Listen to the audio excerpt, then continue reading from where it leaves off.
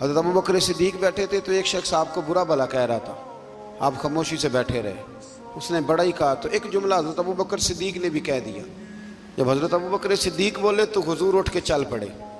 حضرت صدیق اکبر پیچھے دوڑے، یا رسول اللہ جب تک وہ بول رہا تھا آپ بیٹھے رہے، جب میں نے بات کی تو آپ چل دیے۔ تو فرمایا ابو بکر جب تک وہ بول رہا تھا نا تو اللہ نے تیرے سرانے فرشتہ کھڑا کیا ہوا تھا جو تیری طرف سے جواب دے رہا تھا، اور جب تو خود بولا ہے نا جواب میں، جب تو خود بولا ہے تو فرشتہ اٹھ کے چلا گیا تو میں بھی آ گیا ہوں۔ تو یہ بہتر نہیں کہ فرشتے ہی جواب دیں، ہمیں کیا ضرورت پڑی ہے؟ لیکن ہم اللہ خیر کرے، او ہو ماں بدولت کو بات کر دی، یعنی مجھے ہی کہہ دیا ہے۔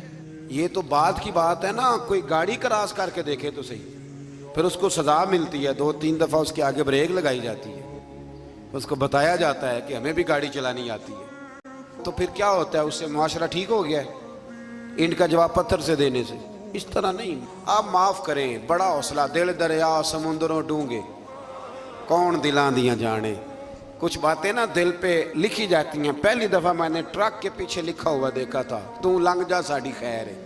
یہ بہت بڑا فکر ہے، یہ ہنسنے والی بات ہی کیا مطلب؟ ٹرک والا آہستہ چلتا ہے تو منزل پہ نہیں پہنچتا ہے کہ نہیں؟